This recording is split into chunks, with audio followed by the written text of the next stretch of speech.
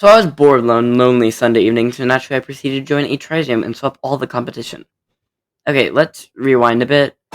On that very Sunday evening I spoke of, I decided to participate in the 201st Trijam, creating the legendary game that is Boomerang Boy? Yay! This abhorrently mediocre high-score-based game for some reason decided to win the entire game jam. So how did I do it?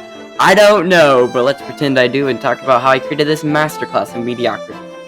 Also, just for a quick disclaimer, I don't know where I'm going to put this. I'm going to put this somewhere, but it actually got second place, but the thing in first went over the time limit, which puts it out of the ranking.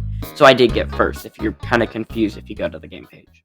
The Trijam is a game jam where you make a game in 3 hours within the span of a few days. You can do the 3 hours in different sessions or all together, but it must be within 3 hours.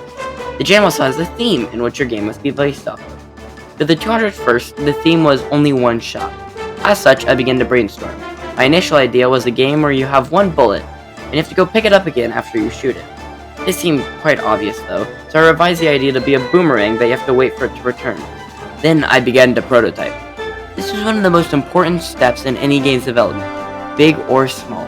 The prototyping phase allows you to figure out if your game is fun or not, to get something functional without the fuss of art.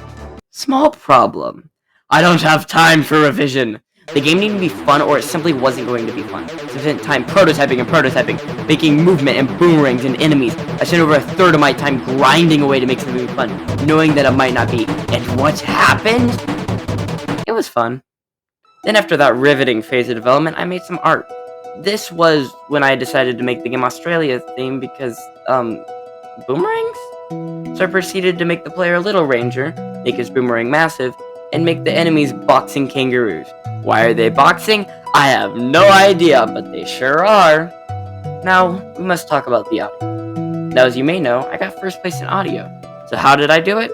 Well, in an attempt to save time, I outsourced the music to a free music pack, and then made the greatest decision of my life. I made my own sound effects. These 3 simple sounds are what truly elevate the game to its superb level of mediocrity.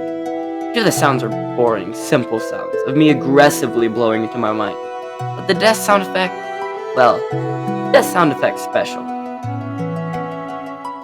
Ah! So as you can see, we and Olive Incorporated have been scaring bad gamers since 2020.